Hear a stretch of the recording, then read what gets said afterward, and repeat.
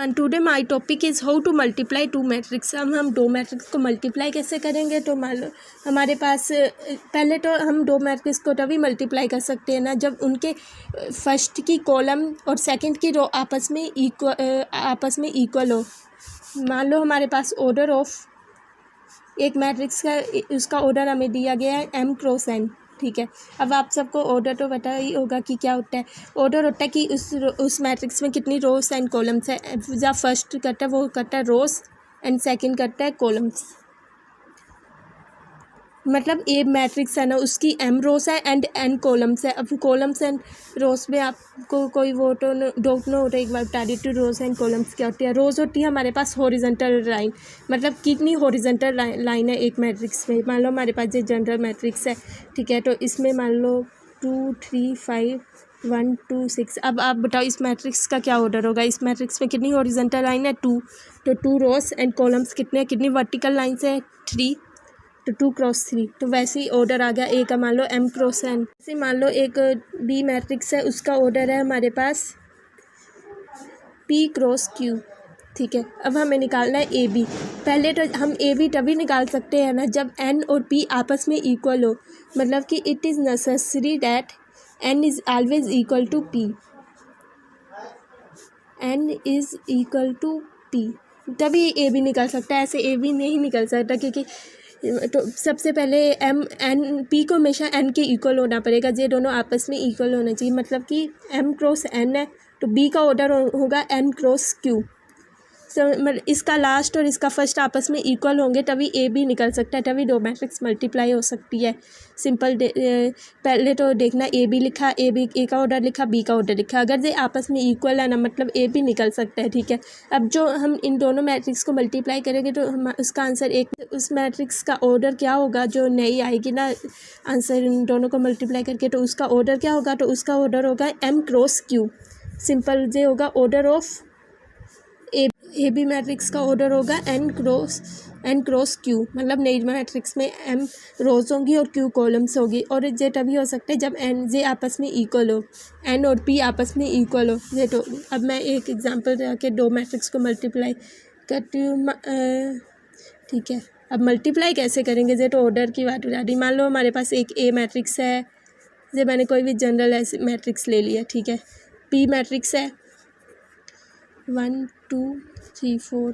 अब सबसे पहले तो मैं आप हो सके तो मैट्रिक्स के ऑर्डर लिखते जाके क्या मल्टीप्लाई करते समय, क्योंकि इससे हमारा आंसर निकल थोड़ा ही ठीक रहेगा कि किस ऑर्डर की आएगी मैट्रिक्स। इसका ऑर्डर कितना है, इस मैट्रिक्स में 2 रोज है एंड 2 कॉलम्स है, तो 2 इंटू 2। इस मैट्रिक्स का भी ऑर्डर 2 इंटू 2 है।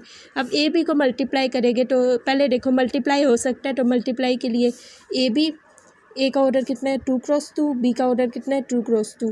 अब ये आपस में इक्वल है तो मतलब मल्टीप्लाई हो सकते हैं। और जो नई मैट्रिक्स आएगी उसका क्या ऑर्डर होगा, उसका ऑर्डर होगा 2 क्रॉस 2। उस मैट्रिक्स नई मैट्रिक्स आएगी उसका ऑर्डर होगा 2 इंटू 2। तो पहले तो उस मैट्रिक्स 2 इंटू 2 का मैं वो बना देती हूँ 2 इंटू 2। ठीक है, ये ए बी मैट्रिक्स आएगी जहाँ पे क्या वैल्यू आएगी, कैसे मल्टीप्लाई करेंगे वो ध्यान से देखो, हर स्टेप ध्यान से देखो क्या किया। सबसे पहले आप कॉलम 1 और कॉलम 2 लिख ले और रो 1 रो 2 भी। मतलब इस मैट्रिक्स का क्या ऑर्डर था 2 इंटू 2। मतलब इस मैट्रिक्स में 2 रोज हैं 2 कॉलम्स है, ये लिख लिया। ठीक है, फिर जहाँ पे भी लिखते जाओ कि कौन सी रो है, जहाँ पे हमारे पास C1 है, C2 है, R1 है, R2 है। तो वैसे ही ये C1 C2 R1 R2। तो सबसे पहले इसमें क्या वैल्यू आएगी C1 इंटू R1। मतलब हम ए बी ये ध्यान से देखो कि पहले क्या लिखा है, क्योंकि ए बी जरूरी नहीं है कि ए बी ए के इक्वल हो। तो पहले जहाँ पे लिखा है ए, ठीक है, तो मतलब पहले की हमेशा रो देखनी है और सेकंड की कॉलम देखनी है। पहले लिखा है ए तो मतलब ए की रो देखेंगे, पहले की हमेशा रो देखते हैं, कहीं भी चल जाओ किसी भी एलिमेंट में पहले की हमेशा रो ही देखेंगे। ठीक है, ए की हमें रो देखनी है। ठीक है, और फिर देखना है हमें बी की कॉलम देखनी है। ठीक है, तो हमें रो को कॉलम से मल्टीप्लाई करना है। पहले ए की, इसमें बोला है रो 1 को C1 से करना है, मतलब ए की रो 1 को बी की C1 से मल्टीप्लाई करना है। जहाँ पे क्या लिखा है ए की रो 1 बी की C1 से मल्टीप्लाई होगी। तो ए की रो 1 कितनी है 2 3, जहाँ पे अलग से एक 1 करके लिख लेती हूँ। जब आप वो रो और वो कॉलम देख रहे हो ना तो बाकी अब ए बी के देख रहे हो ना, तो ए की रो देख ली। ठीक है, और कौन सी देखिए रो 1, पहले एलिमेंट के लिए लिख रहे हैं तो रो 1, और बी की कौन सी देखिए कॉलम 1, तो कॉलम 1 कौन सी है 1 3, ठीक है। अब अगर हम ये देख रहे हैं तो बाकी रो कॉलम को भूल जाओ, ये अलग से रफ वर्क में करके बता देती हूँ पहला, फिर बाकी अगर हो जाए प्रैक्टिस तो खुद कर सकते हो, इसकी कोई ज़रूरत नहीं है करने की। तो सबसे पहले तो फर्स्ट को फर्स्ट एलिमेंट से किया, ये किसकी लिया, ए की हमने रो 1 लिया ना, और बी की हमने लिया C1, ये जहाँ पे मतलब रो 1 और बी की C1। तो पहले तो 2 को 1 से मल्टीप्लाई किया, फर्स्ट को फर्स्ट से करना, 2 को 1 से किया 2, फिर सेकंड को सेकंड से किया, 3 को 3 से किया तो कितना आया 9, और इन्हें क्या किया आपस में ऐड कर दिया, ये हमारा फर्स्ट एलिमेंट है, बस पहला ही एलिमेंट में देखो मल्टीप्लाई कर रहे हैं फिर ऐड कर रहे हैं, मतलब फर्स्ट को फर्स्ट से मल्टीप्लाई किया, ठीक है। 2 को 1 से किया 2, 3 को 3 से किया, फर्स्ट को फर्स्ट से, सेकंड को सेकंड से। वैसे ही अगर 3 एलिमेंट्स की रो कॉलम होती तो तीसरी बार करते हम और इन्हें ऐड करते, तो 2 + 9 तो 11, तो इस यहाँ पे लिख लो 11 से आ गया हमारे पास इसका आंसर। अब इस वाले पे चल जाओ जहाँ पे क्या लिखा है R1 और जहाँ पे लिखा है C2। अब मतलब कि हमें फर्स्ट की लेनी है R1 और सेकंड की लेनी है कॉलम 2, और वैसे ही बिल्कुल ऐसे ही मल्टीप्लाई करना है। तो फर्स्ट की R1 ले ली, फर्स्ट की R1 क्या थी 2 3, और सेकंड की कॉलम 2 में क्या था 2 और 4। अब इन्हें आपस में मल्टीप्लाई करना है। ये रो 1 C1 अगर स्टार्टिंग पे लिखते जाओ तो ठीक रहेगा कि मतलब आपको पता चल रहा है कैसे मल्टीप्लाई करना है। तो मतलब फर्स्ट की याद रखना, किसी भी मैट्रिक्स में जो पहले लिखा जाता है ना ए बी, उसकी एक पहले की हमेशा रो देते हैं और दूसरे की कॉलम देते हैं। अगर बी ए लिखते तो बी ए का आंसर वो नहीं होता जो ए बी का है। तो अब इन दोनों को आपस में मल्टीप्लाई किया, फर्स्ट को फर्स्ट से, 2 को 2 से किया, 4 को 3 से, मतलब सेकंड को सेकंड से किया, फर्स्ट को फर्स्ट से किया, पहले 4 को 3 से किया 12, और इन्हें आपस में क्या किया ऐड, तो आंसर आ गया 16, ठीक है। वैसे ही अब हमें जहाँ पे क्या दिया रो 2 और C1, इस वाली पोजीशन पे रो 2 और C1, मतलब फर्स्ट की हमें रो 2 लेनी है, फर्स्ट की हमेशा रो ही देखेंगे, और सेकंड की देखनी है कॉलम 1, तो फर्स्ट की रो 2 देखेंगे इस बार, और सेकंड की कॉलम 1 देखेंगे। तो सेकंड की हमने कॉलम 1 देखी, सेकंड की कॉलम 1 क्या थी 1 3, तो समझ आ रहा है कॉलम 1 मतलब वर्टिकल वाली, तो 1 3, तो इन्हें अब आपस में मल्टीप्लाई करेंगे सिंपल। वैसे ही 1 को 1 किया, 1 को पहले 1 से 1 आया, 4 को 3 से किया 12, और इन्हें आपस में ऐड कर दिया तो 13। वैसे ही जहाँ पे क्या दिया गया रो 2 इंटू C2, जहाँ पे लास्ट पे है रो 2 और C2, मतलब फर्स्ट की रो 2 सेकंड की C2। फर्स्ट की रो 2 ली हमने 1 4, और सेकंड की ली C2 2 4। इन्हें आपस में मल्टीप्लाई करो, तो 1 को 2 से किया 2, और फिर सेकंड को सेकंड से, 4 को 4 से किया 16, और इन्हें आपस में ऐड किया तो 18। देख लो कितना इजी था। अब ये तो मैंने 2 इंटू 2 और 2 ऑर्डर की। अब मैं एक थोड़ा सा टफ जैसा देती हूँ। मान लो एक ए मैट्रिक्स है हमारे पास 2 3 5। पहले एक ए मैट्रिक्स मान लो ये है, और बी मैट्रिक्स है। इसका ऑर्डर कितना आ जाएगा, ऑर्डर खुद देखो, इस मैट्रिक्स में कितनी रोज़ है 1 रोज़ है एंड 3 कॉलम्स है, ठीक है।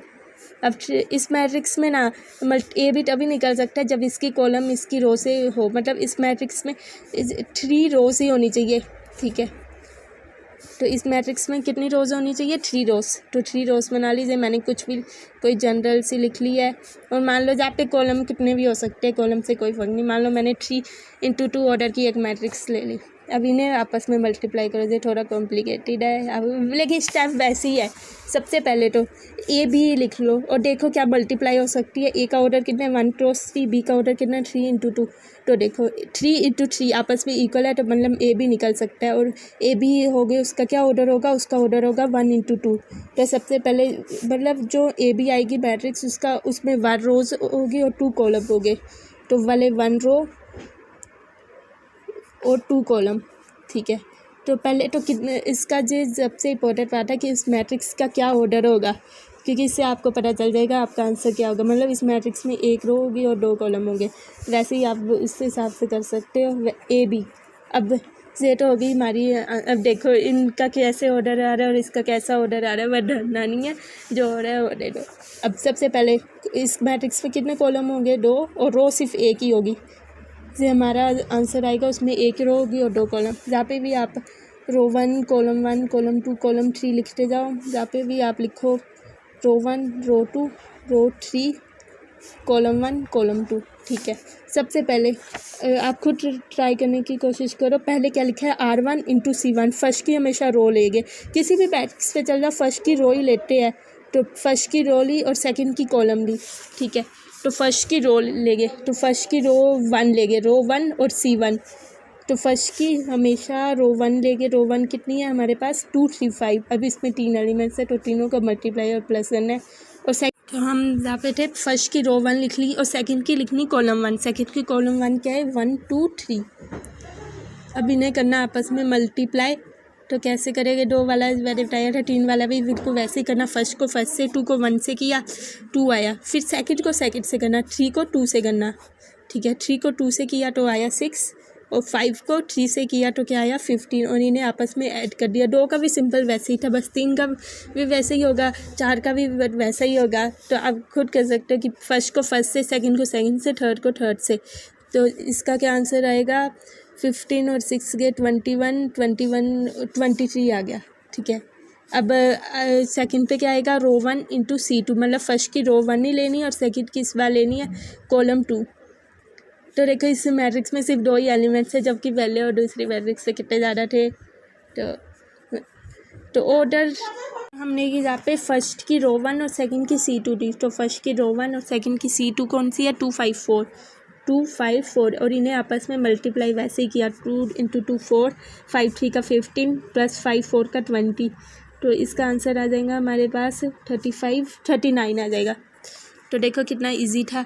अब मैं नेक्स्ट वीडियो में आपको 3 ऑर्डर के मैट्रिक्स को मल्टीप्लाई कैसे करें, वो भी बिल्कुल सिंपल इजी है, वो बताऊंगी। अब बाकी मेरे चैनल को please like share and subscribe.